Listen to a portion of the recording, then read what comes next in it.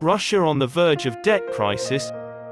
As a result of the US and EU's decision to freeze the Russian central bank's foreign currency assets, Russia's international debt default has taken a significant step closer, according to IMF and World Bank warnings.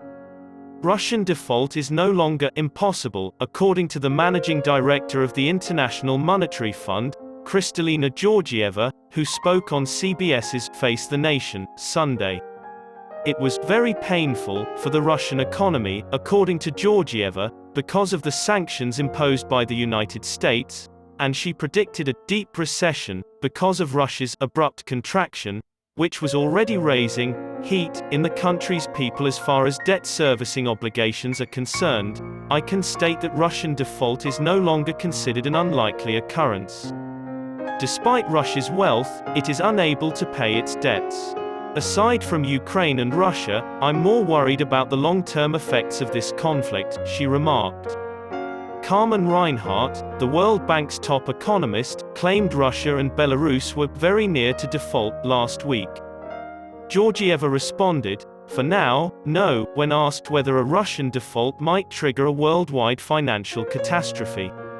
Approximately $120 billion in overall exposure by banks to Russia was considered certainly not systemically critical, despite the fact that it was by no means insignificant. This may be the case for the time being, but the financial world moves at a breakneck pace. Russian debt was rated investment grade as recently as February 25 by the three major international credit rating agencies. A default is imminent, according to Fitch, one of the ratings agencies.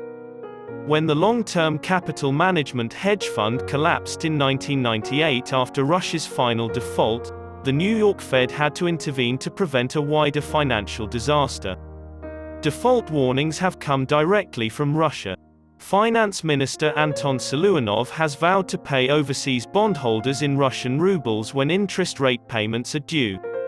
Due to $2-denominated bonds, Russia must pay $117 million interest on each of them this week, none of which has an option to pay in rubles.